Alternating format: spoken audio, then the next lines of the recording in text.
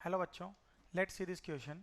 If the tangent to the ellipse x square plus 4y square equals to 16 at the point p 4 cos phi 2 sin phi is a normal to the circle x square plus y square minus 8x minus 4y equals to 0, then phi by 2 may be.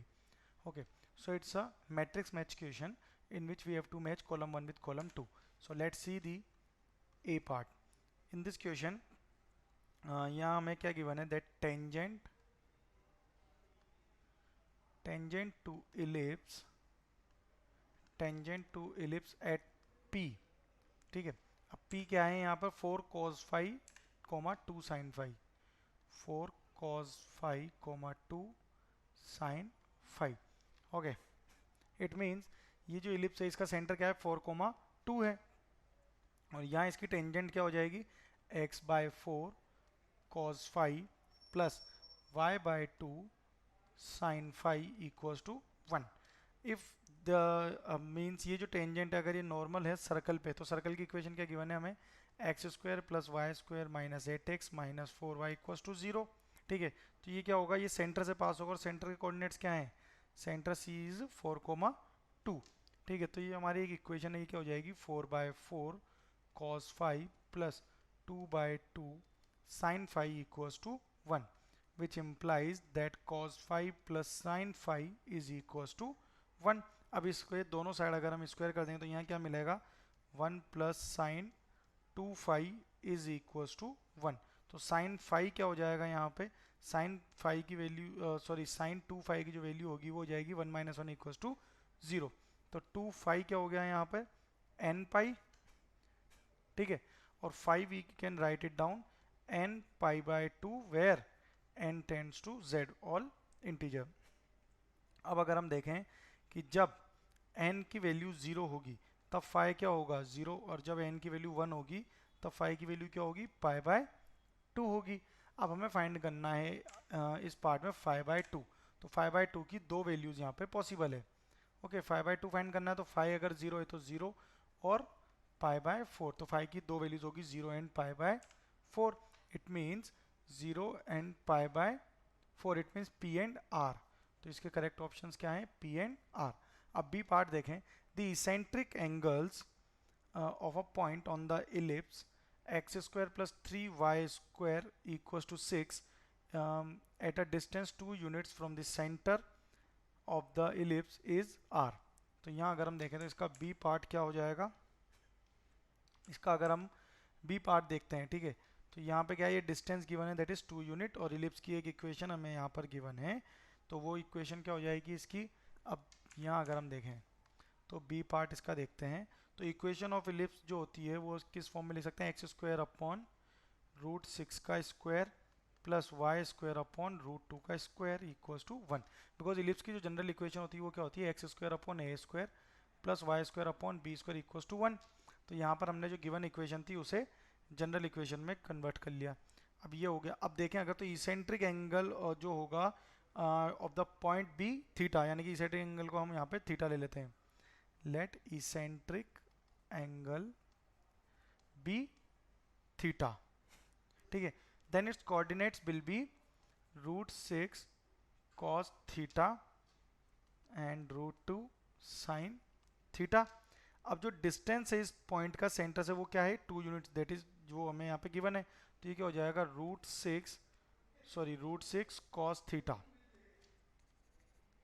ये जो value होगा, अब हम इसे distance formula में use करें तो ये क्या हो जाएगा root 6 cos theta minus 0 square plus root 2 sine theta minus 0 square is equal to 2 square यानी कि 4. अब इसे सिंप्लीफाई करेंगे तो ये क्या हो जाएगा 6 cos square theta plus 2 into 1 minus cos square theta equals to 4, which can be written as 4 cos square theta equals to 2.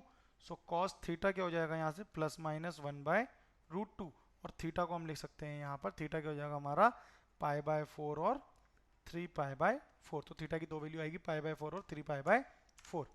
तो यहाँ अगर हम देखें तो पाई by 4 that is R and 3 pi by 4 यहाँ ऑप्शन नहीं है, तो यहाँ पर ओनली R मैच कर रहा है. अब सी पार्ट देखते हैं. The eccentric angle of a point of intersection of the ellipse x square plus 4y square equals to 4 and the parabola x square plus 1 is equal to y is. तो इसका C part अगर हम देखें तो C part क्या हो जाएगा, अब यहाँ पे एलिप्स और पूरा पैराबोला जो है वो इंटरसेक्ट कर रहे हैं एक पॉइंट पे। तो यहाँ अगर हम देखें तो y minus one equal to 4 minus 4y square, it can be written like this. Okay, तो ये क्या हो जाएगा, y minus one equal to 4 times of 1 minus y into y plus 1। तो y माइनस यहाँ पे y की वैल्यू इक्वल टू 1 हो जाएगी और y is equal to minus 5/4। यहाँ पे दो वैल्यूज पॉसिबल है।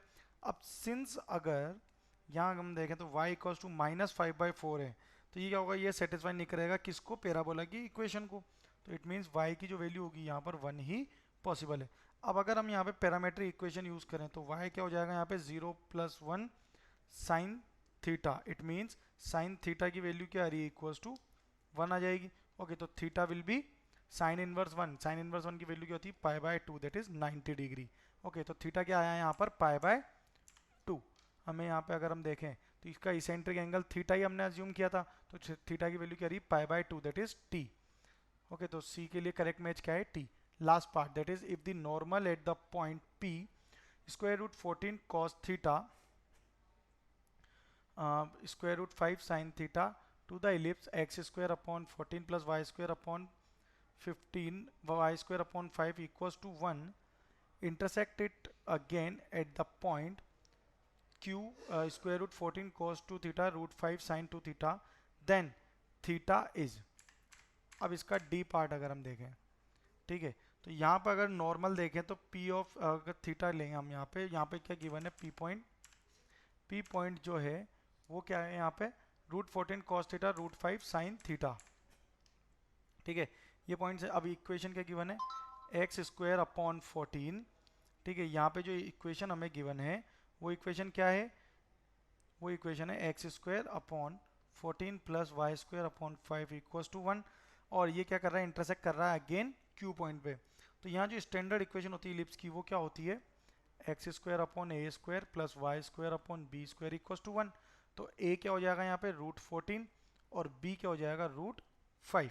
ठीक है, अब इक्वेशन ऑफ नॉर्मल अगर हम देखें जो कि पी पॉइंट से पास हो रही है तो वो क्या होगी, a x upon cos theta, sorry ये माइनस है, ये a x upon cos theta minus b y upon sine theta equals to a square minus b square.